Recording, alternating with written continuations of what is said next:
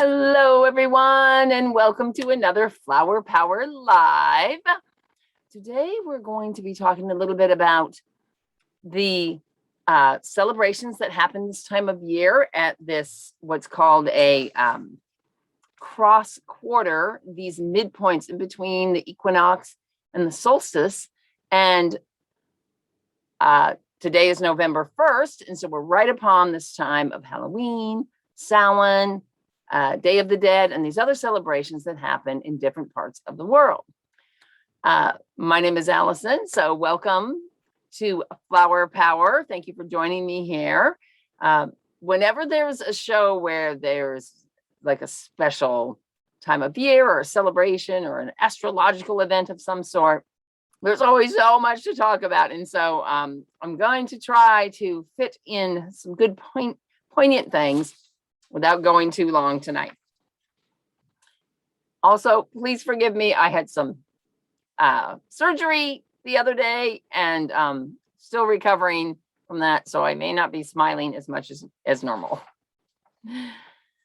So I want to start by reading the Song of Samhain. And Samhain is the Celtic celebration that happens this time of year. And I found this on one of my favorite websites, Warts and Cunning, and it's from the Celtic devotional Daily Prayers and Blessings, which is written by Caitlin Matthews. And I love all the things that it says about that kind of represent this time of year. I am the hallowed tide of all souls passing. I am the bright releaser of all pain. I am the quickener of the fallen seed case. I am the glance of snow, the strike of rain. I am the hollow of the winter twilight. I am the hearth fire and the welcome bread. I am the curtained awning of the pillow. I am the unending wisdom's golden thread. So, November 1st is officially the Day of the Dead in Mexico. Yesterday was Halloween, and Halloween in the United States is a little bit more ghoulish and fun and had become more of a children's kind of a celebration than these other celebrations in other parts of the country. And this time of year, the reason for the ghouls and so on is because this is said to be the time of year when our ability to communicate with those who have passed on, with the souls and spirits of our loved ones that have died, is easier. And it's also a time of year when, if those souls and spirits have for some reason not gone on to their whatever afterlife they might be traveling to, this is also a time when they can actually escape from Earth and go on to their next destination, their place in the spirit world. So with all of these celebrations, though, there's an importance of sort of connecting and celebrating the those who have passed on, and not a grieving, but a celebration for the things that we learn from them and sort of the wisdom of our ancestors. Now, of course, there are many different plants that are used in these types of celebrations. And one of the big ones is marigolds, which is the big, most important flower that's used to decorate the ofrendas. I'm terrible at Spanish, which are these altars that are built for each person for Day of the Dead in Mexico. And they're just covered with the beautiful orange and yellow marigolds, which are native to that part of the world. And then in Celtic traditions, it focuses on different, more maybe like divination types of herbs, such as mugwort, which is often used for like cleansing and clearing different kinds of spaces, and also helps to enhance your dreams and just better communication with sort of the other world as well. And then rosemary, which is really for remembering and just bringing back this celebration of those who have passed on. But for this show, if you've seen any of my other shows, you know that I drew a Wheel of the Year for last winter solstice. So now we're on our last card of that Wheel of the Year spread. And so the plant for today is actually birch, the tree. And so I'm going to be drawing a new set of cards to start with the winter solstice show coming up in December. So where I live, there's 3 different main kinds of birch trees. There's the white birch or paper birch, which is obviously has the white bark. And it's the one that we all think of that has kind of the peeling bark. I have a stand of these in my yard. This is some of the bark that I didn't want to take off too much. I figure the tree needs it worse than I do. So this bark, and the botanical name for that is Betula papyrifera, which means like paper. So this was actually used as paper to write on, and a lot of old scrolls, you can use just the paper, or I've also got some pieces, this was in my wood pile, of the actual full piece of bark. And the other types, that type of bark is actually fully waterproof. So you've heard of Birchbark Canoes. Well, indigenous peoples that live in the northern forested areas have used this for all kinds of waterproofing, including making vessels to carry water, the canoes, also as roof material for homes as well. Now, the other type of birch that is around here, and I got some birch leaves to show you. This is actually from the paper birch. And the paper birch has this kind of rounded bottom like this. It's a little bit more almost heart-shaped. And there are some species that have even a more heart-shaped type of leaf than this. But one of the things you'll notice about it is that it has this really serrated type of edge. And it's not an even serration. It's kind of jagged. And these are mostly down off the trees this time of year already. There's another type of birch around here that's black birch or sweet birch. And I have one of those in my yard as well, which I've noticed already has its buds a little swollen, making me a little nervous here for November 1st. Should not be having swollen buds just yet. But one of the great things about the black birch is that if you scratch the bark, it has this sort of wintergreen, oh, it smells so good, scented oil in the bark that can be extracted. And this is also a type of birch that you can tap the sap of, and you need a lot more than you do with the sugar maples, but you can make this into a birch syrup just by boiling it down the same way that you would boil down maple sap as well. So this wintergreen smell is a way to tell the difference between the paper birch and the other birch. And where did my other? Oh, I brought another leaf to show you, but I don't know what happened to it. Oh well. So there's also another type of birch called yellow birch. It's not as common. It's really more in more the mountainous regions in very rich soil. So we don't see that nearly as much. Now, of course, the white birch is what most people want to plant in their yard. And it's absolutely beautiful, of course. It's got these white papers, bark. You see it all winter. It's very decorative. It's tall and slender. So it's not really something that you would plant if you wanted a good shade tree. And usually in the wild, at least, this will usually grow in clusters of 3, maybe 4 trees together. And that makes it very decorative indeed. So again, not really a good tree for shade, but a very beautiful tree to have in your landscaping. So now medicinally, birch is used or was used for different uses.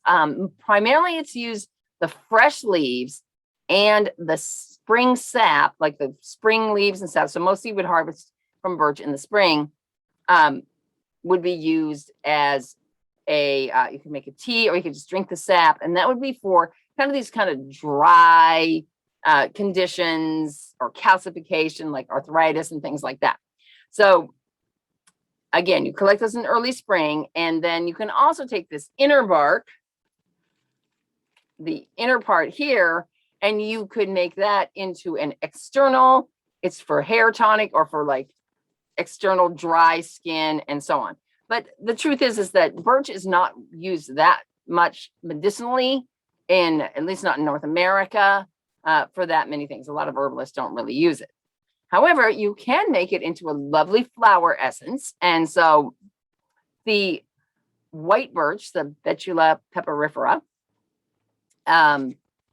is used for being able to like do a lot more of like inner creative work. So according to Lycanwood Herbals, this essence will help you surrender yourself to the experience of writing, dancing, or communicating in ways other than verbal communication.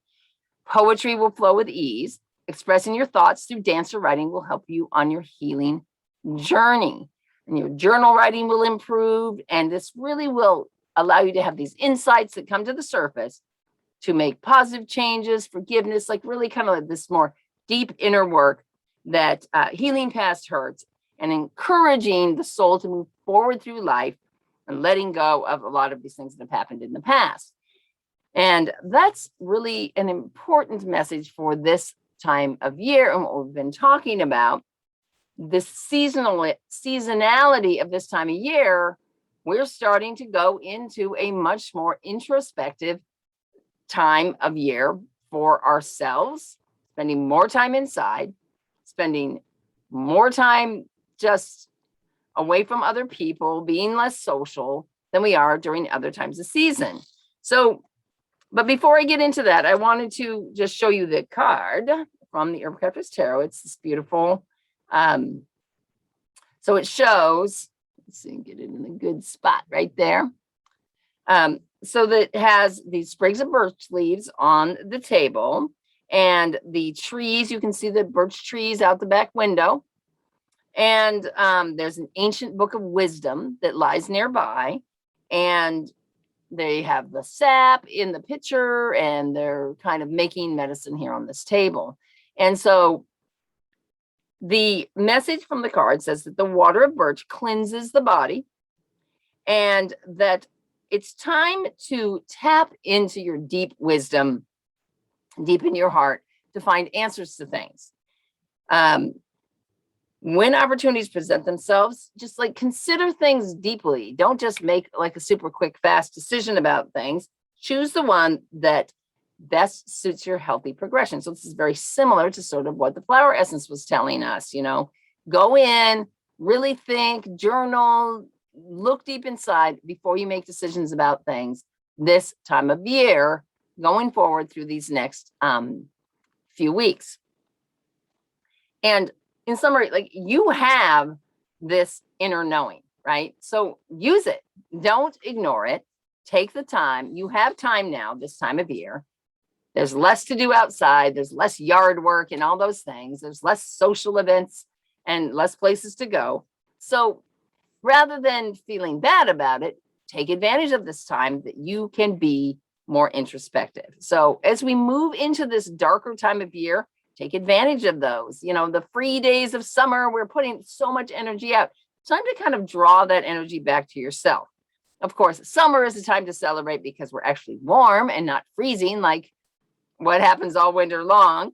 But so think about how you might wrap yourself up, both, you know, figuratively and literally, and just kind of cocoon yourself in and do some inner work. You have permission. I'm giving you permission to like withdraw back into yourself. Now, this matches, of course, of what's going on in nature. We're going into a dormant period and the trees are dropping their leaves.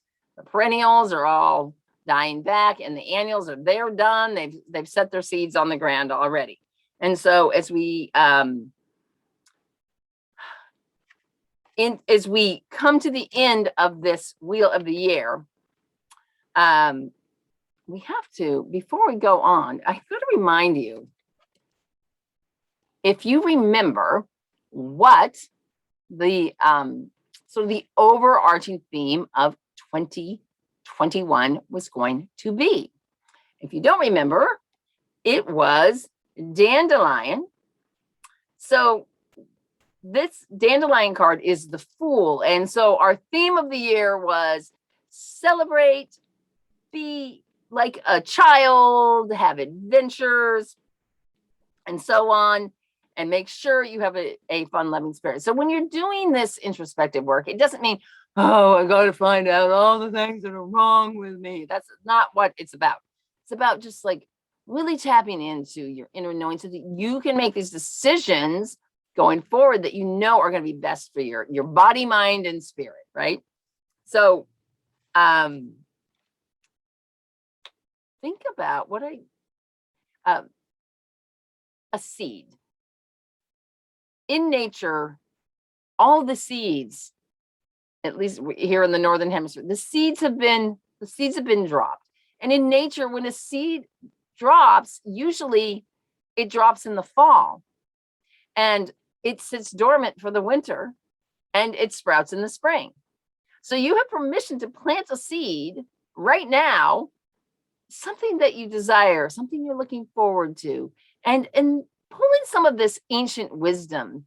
This is kind of what the card is telling us. You know, there's this ancient book of wisdom. There's different tools and different things that you can use. And whether it be tapping into like an ancient skill of some sort, you know, that you want to develop, an art, or even if it's just remembering the things that your grandmother used to tell you, those words of wisdom, make sure that you bring some of that in while you're going deep inside. So think of something you want to plant this week and take some time, maybe journaling, really thinking about it. You've got the time now.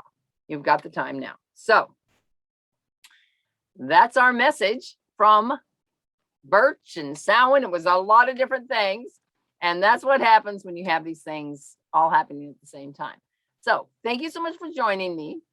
And if you're not following me on Instagram, my handle is @cultivatemylife. So I'd love to see you there. And I am working on a new program that's going to be starting at the end of November. And it's going to be called something like the Herbal Holiday Infusion. So if you want to really learn more about just like bringing a lot more herbal things, more green things into your holidays, stay tuned for more information about that. So until next week, have a great week, everyone. Be sure to plant the seed for yourself and make some wise choices from within. Take care, everybody. Bye-bye.